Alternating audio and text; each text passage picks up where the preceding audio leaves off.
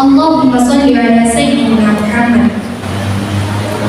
Nabi yang dianggap oleh Bill Darren di dalam bukunya The Story of Civilization in the World sebagai manusia teragung yang pernah dikenal dalam sejarah kemanusiaan.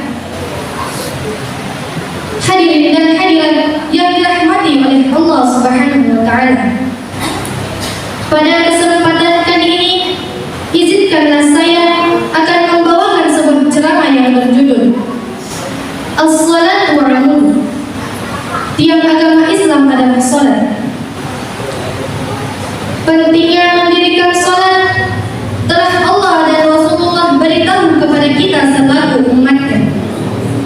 Di dalam sebuah hadis, Rasulullah sallallahu alaihi wasallam bersabda, "Salat merupakan tiang agama. Maka barang siapa yang mendirikannya, maka sungguh ia telah mendirikan agama. Dan barang siapa yang meninggalkannya, maka sungguh ia telah merubuhkan agama." Setelah Allah menjelaskan tentang tauhid, maka Allah Subhanahu wa taala memerintahkan kepada manusia untuk salat. Allah Subhanahu wa taala memerintahkan kepada Rasulullah sallallahu alaihi wasallam untuk mentauhidkan Allah dan melaksanakan salat. Karenanya, salat merupakan tiang agama. Jamaah tarawih yang berbahagia, salat merupakan bukti keimanan seseorang. Di dalam sebuah hadis yang sahih diriwayatkan bahwa yang membedakan seorang mukmin dan kafir adalah dilihat dari salatnya.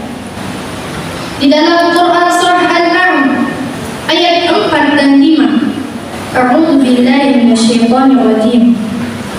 Fawailul lil musallin alladzina hum 'ala salatihim sahun.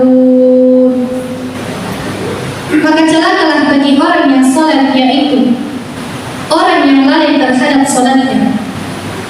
Kalimat celaka yang dipakai di sini untuk mensifati orang kafir dan munafik, atau dengan kata lain, orang yang lalai terhadap salatnya dapat disejajarkan dengan golongan orang kafir dan munafik.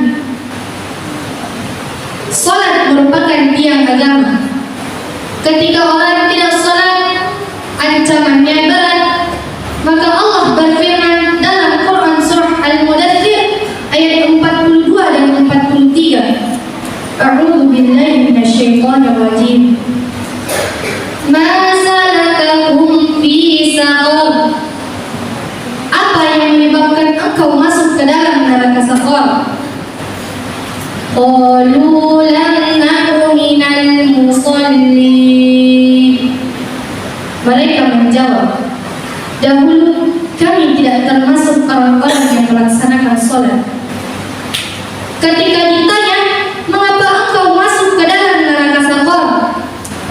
Mereka menjawab, dahulu kami tidak termasuk orang-orang yang melaksanakan sholat. Jadi masalah sholat ini masalah besar ketika tidak dilaksanakan. Ketika orang sudah tidak sholat, kehidupannya rusak, agamanya pun ikut rusak. Tidak ada ketenangan di dalam hidupnya, tidak ada keberkahan di dalam hidupnya, karena dia sudah berada di ambang pintu kekafiran. An Abdullah bin Amr radhiyallahu anhu qala, qala Rasulullah sallallahu alaihi wasallam. Dari Abdullah bin Amr radhiyallahu anhu berkata, Rasulullah sallallahu alaihi wasallam bersabda, "Mursabiya bis-salati idza balagha sab'a sinin." Perintahkanlah anak-anak kalian salat di umur 7 tahun. Wa idza balagha 10 sinina fadribuhu 'alaiha. Dan pukullah mereka karena meninggalkannya ketika berumur 10 tahun. Jamaah tarawih yang dirahmati oleh Allah Subhanahu wa taala. Jadi, sebagai kesimpulan, salat merupakan tiang agama yang harus kita tegakkan. Tidak ada kebahagiaan bagi orang-orang yang tidak tidak ada ketenangan dan tidak ada keberkahan. Dan orang-orang yang tidak salat sudah pasti sesat menurut Al-Quran. Marilah kita berdoa kepada Allah Subhanahu wa Ta'ala agar dijauhkan dari perilaku orang yang meninggalkan salat dan diberikan kemampuan untuk dapat saling menasihati dalam kebenaran. Bismillahirrahmanirrahim. Alhamdulillahi Rabbil Alamin. Allahumma salli ala Sayyidina Muhammadin Nabiyil Ummi wa ala alihi wa sahbihi wa sallim. Rabbana ja'alna muqimina as-salati wa min dhurriyyatina Rabbana wa taqabbal du'a. Rabbana ighfir lana dhunubana wa kaffir 'anna sayyi'atina wa tawaffana ma'al abrar. Amin, amin ya rabbal alamin. Demikianlah yang sempat saya sampaikan. Mohon maaf bila ada kekurangan, karena hanyalah Allah pemilik kesempurnaan. Jalan-jalan kemang kosong, jangan lupa membawa kekasih.